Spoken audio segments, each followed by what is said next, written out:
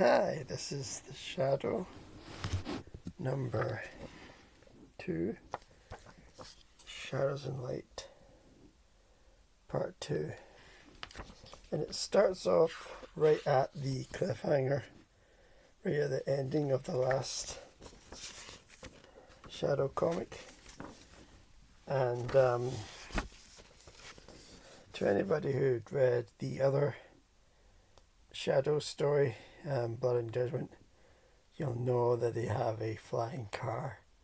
So the cliffhanger's not all that much of a cliffhanger when you really, well, if you've been reading the other Shadow comics.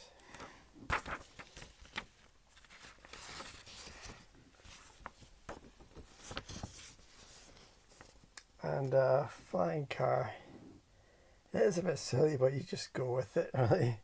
It's a comic book. So that's the Shadow rescued, and the sort of clone Lamont Cranston falls to the ground, or you think he would be dead, but that turns out not to be the case. And he falls down in front of Joe Cardona, who's the sort of comic relief of the story, and I think maybe of the previous story. He's the sort of straight but crotchety old cop who was there during the Lamont Cranston days, and for some reason hasn't retired, but he's still a police officer, and he's you'll later find the comic relief of the story as he goes after the Shadow.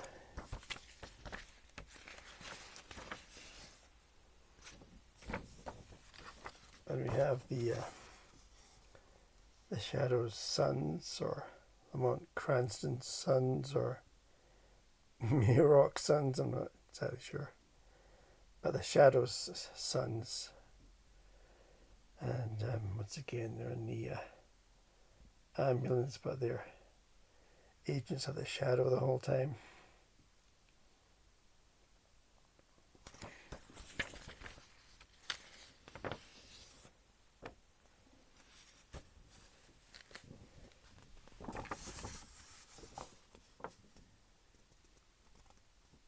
And the Shadow doesn't let up. He's not really fazed by the fall from the helicopter. Still on his mission.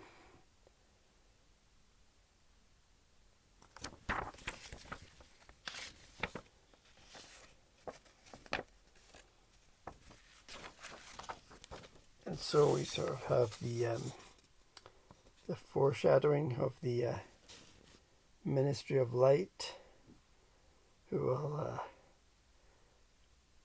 come into the story like next issue or so, but they were the sort of cults in the Shadow Annual that I read.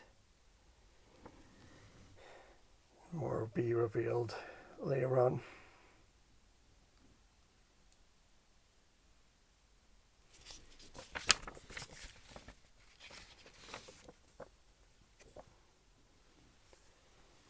And also we return to the character of Tetch, who's the one with the glasses, and the nurse, who also seems to be gets recruited to be one of the Shadow agents.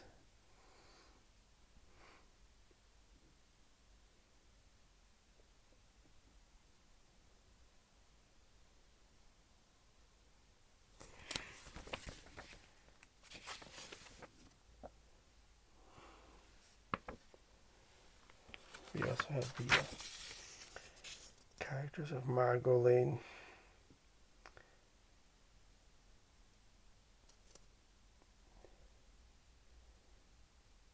who are also thingied by the police as they're chasing the Shadow.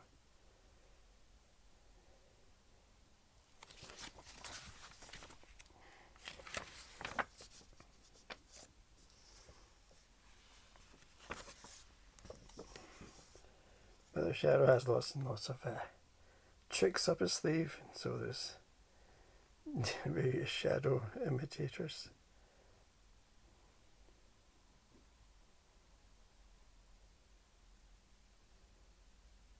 And every time the Joe Cardona character thinks he's got him, he's thwarted again.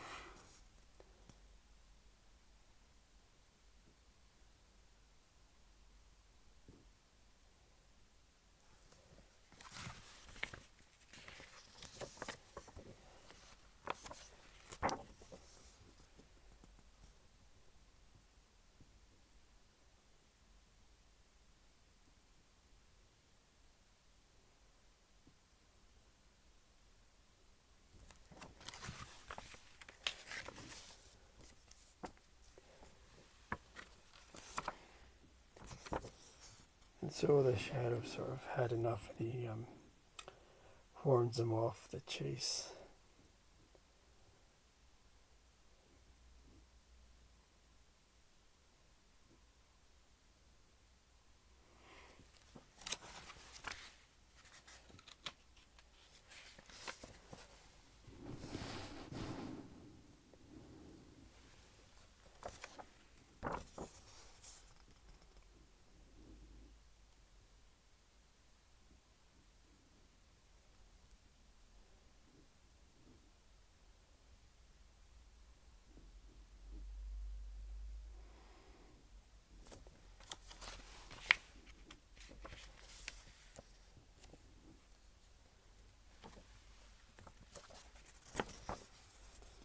And we also have the sort of return of Lamont Cranston, or Lamont Cranston Jr., to sort of modern day New York, even though he's the clone, but he's been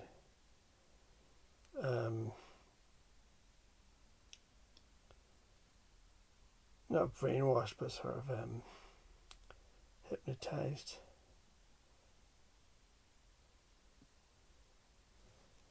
And he's another agent of the shadow.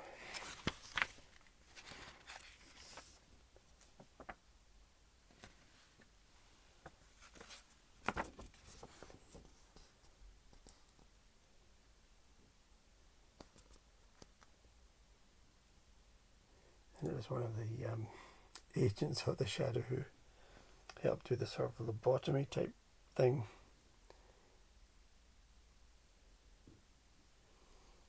So that was Shadows and Light Part 2. A good story. It had some interesting humour to it. I think I'd give it a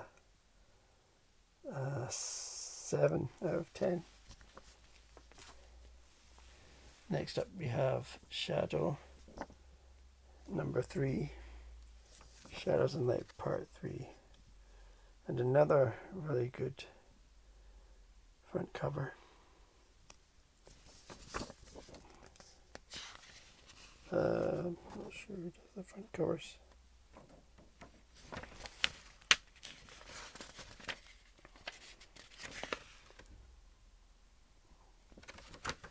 Probably Skynymits, but I'm not too sure. Thanks for watching. Bye.